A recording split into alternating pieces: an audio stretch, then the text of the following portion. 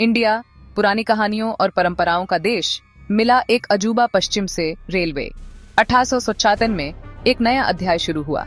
भाप का इंजन, लोहे और भाप का एक शक्तिशाली जानवर तैयार था इंडिया को बदलने के लिए। लोग सदियों से पैदल, जानवरों पर या बैलगाड़ी से सफर करते आए थे। अब यात्रा करने का एक तेज तरीका मिलने वाला था। रेलवे ने इंडिया में एक नई लय लाई। पहली रेलवे लाइन की योजना बनाई गई।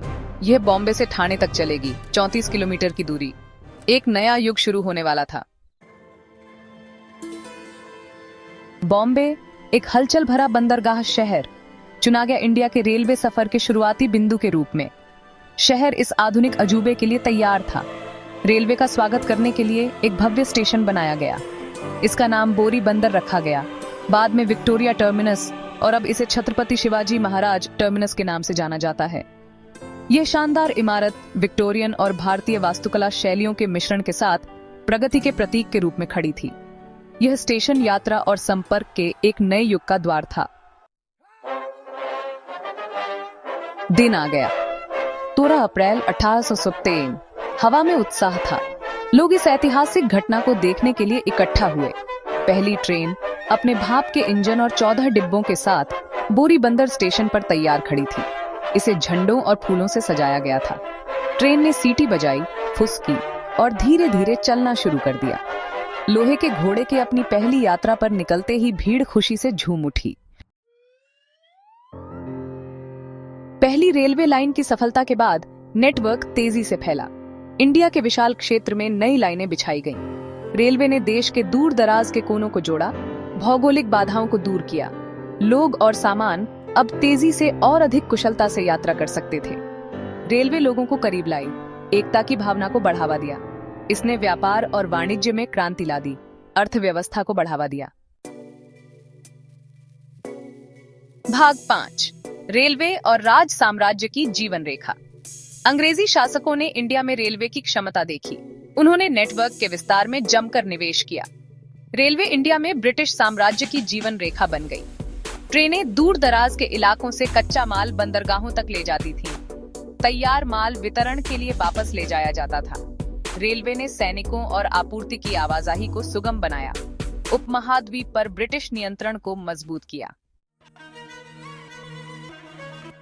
भाग 6, चाय, चाट और छुक छुक रेल पर जीवन। रेलवे भारतीय जीवन का एक अभिन्न अंग बन गई। उन्होंने नई नौकरियां और अवसर पैदा किए। स्टेशन गतिविधियों से गुलजार थे। विक्रेता प्लेटफार्मों पर चाय, नाश्ता और फल बेचते थे।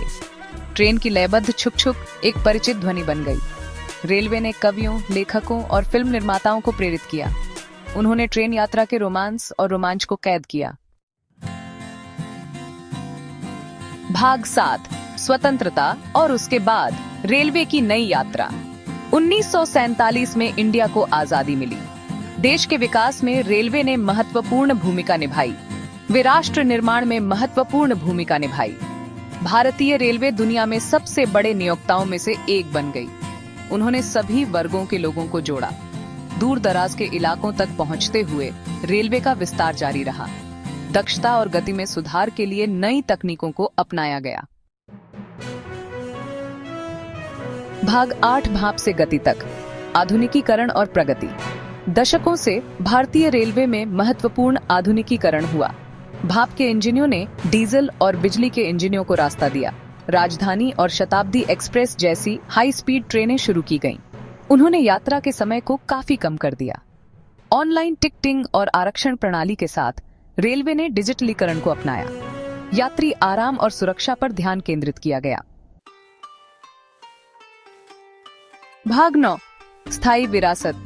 इंडिया के दिल में रेलवे। आज भारतीय रेलवे देश की जीवन रेखा है। वे हर दिन लाखों यात्रियों और टन माल ढोते हैं। रेलवे ने इंडिया की प्रगति में परिवर्तनकारी भूमिका निभाई है। वे लोगों, संस्कृतियों और अर्थव्यवस्थाओं को जोड़ते हैं। ट्रेन की सीटी आज भी रोमांच और पुरानी यादों की भावना जगाती है। रेलवे भारतीय अनुभव का एक अभिन्न अंग बना हुआ है।